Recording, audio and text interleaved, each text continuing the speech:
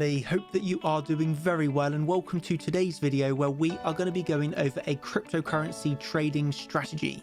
This is a trading strategy that works for day trading and swing trading, meaning that we can keep a trade open for a few hours or a few days.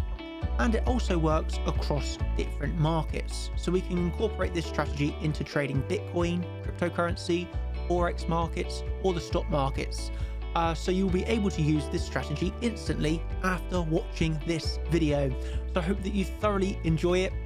Take some notes, give your full attention, and let's begin. So, did you know that 80% of the time, price is not in a trend, but it is ranging between support and resistance? So we want to take advantage of that as much as possible by buying the support and selling the resistance. So, before taking any trades, you must always ask yourself these three questions. Number one, can I clearly see my support and resistance levels? Number two, do I have confluence at this level? And number three, is price action in my favor at this level?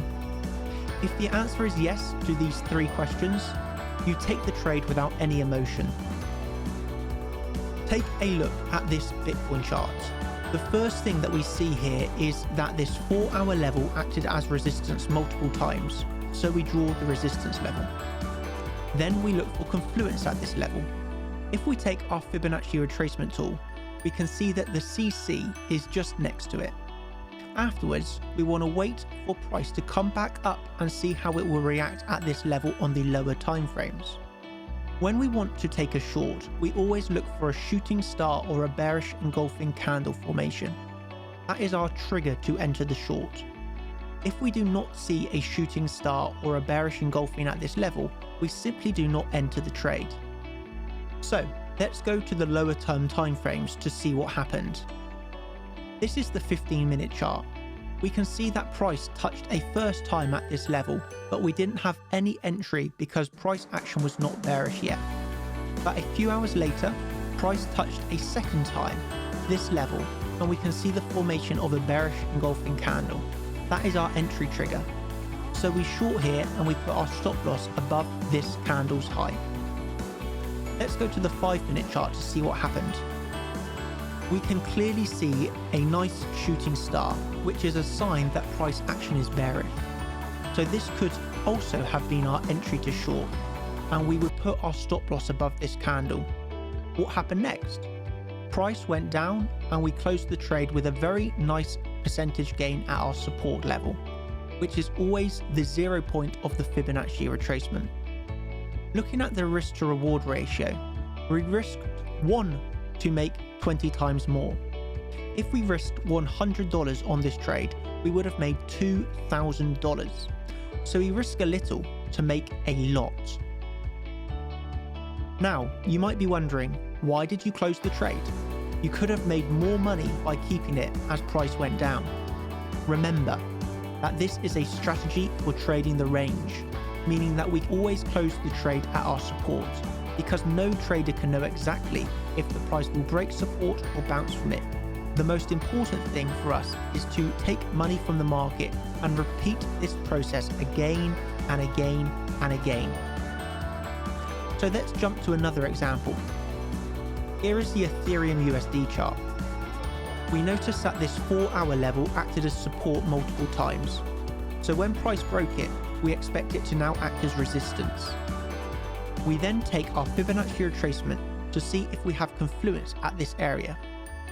As you can see, we had the CC retracement just next to this 4-hour level. So we wait for price to come back up and we monitor the price action at this level on the lower term time frame. So let's go to the 15-minute time frame. We see that price rejected from this area, but at this moment we still don't have any bearish candle formation. So we wait. And then we see this bearish engulfing candle, which is a sign that price action is bearish at our key resistance level.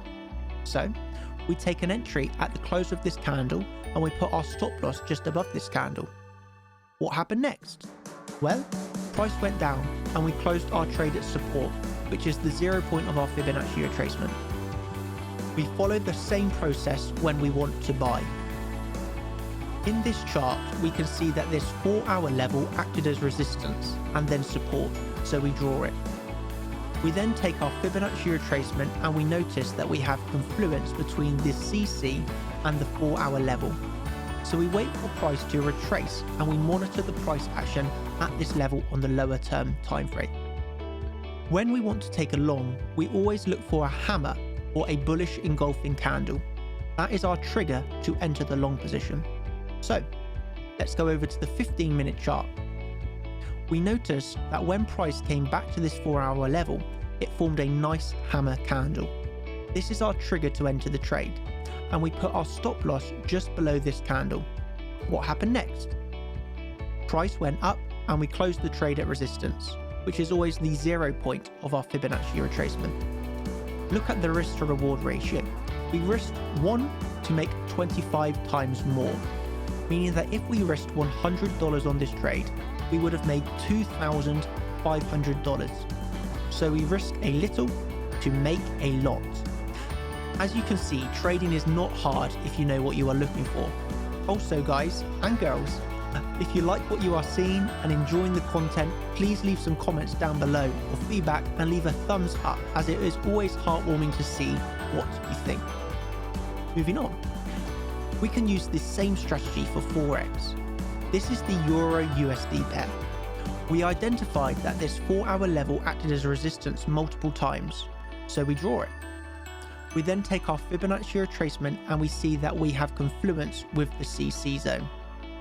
We then wait for price to come back to this area and we monitor the price action on the lower term time frames. So let's go to the 15-minute chart. Look at the price action when we reach that level. We can clearly see the formation of a shooting star, which is our trigger to enter a short, and we put our stop loss just above this candle. What happened next? Well, price went down and we closed the trade with a very nice profit at our support, which is the 0 point of our Fibonacci retracement. Let's jump to another example. In this chart, we spot that this daily level was acting as support and resistance, so we mark it as our daily level. Next, we look for confluence by taking our Fibonacci retracement and we detect that the CC is very close to our daily level. Then we wait for price to come back down to this area of support and we track the price action on the lower term time frames. So let's go to the 4-hour. Look how price reacted when it came back to touch this daily level. We can clearly see the formation of a hammer candle, which is a strong sign that price action is bullish at our support. So we enter a long here and we put our stop loss just below this candle. What happened next? Well, price changed direction and went up and we closed the trade at resistance, which is the 0 point of our Fibonacci retracement. Let me show you this again on another pair.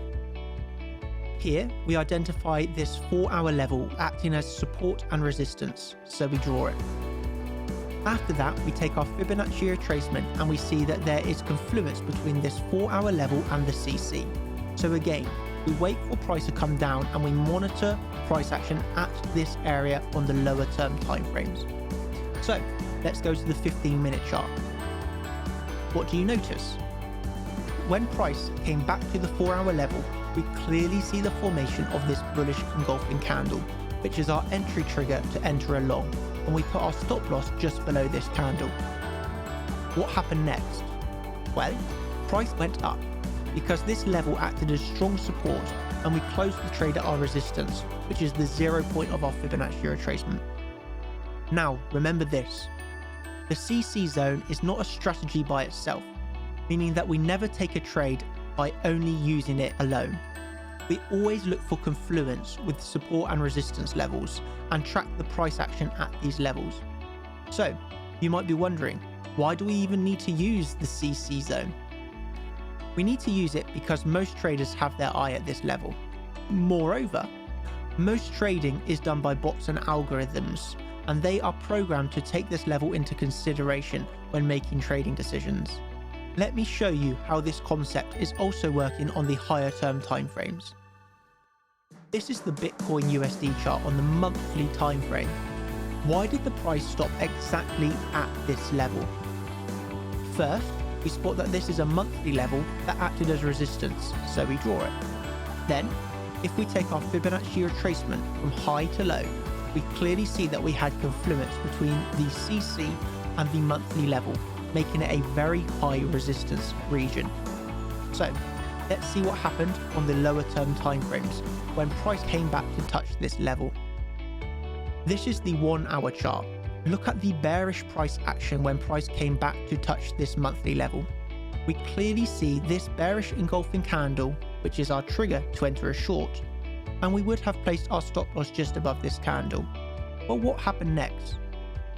Price went down and almost touched the 0 point of our Fibonacci retracement.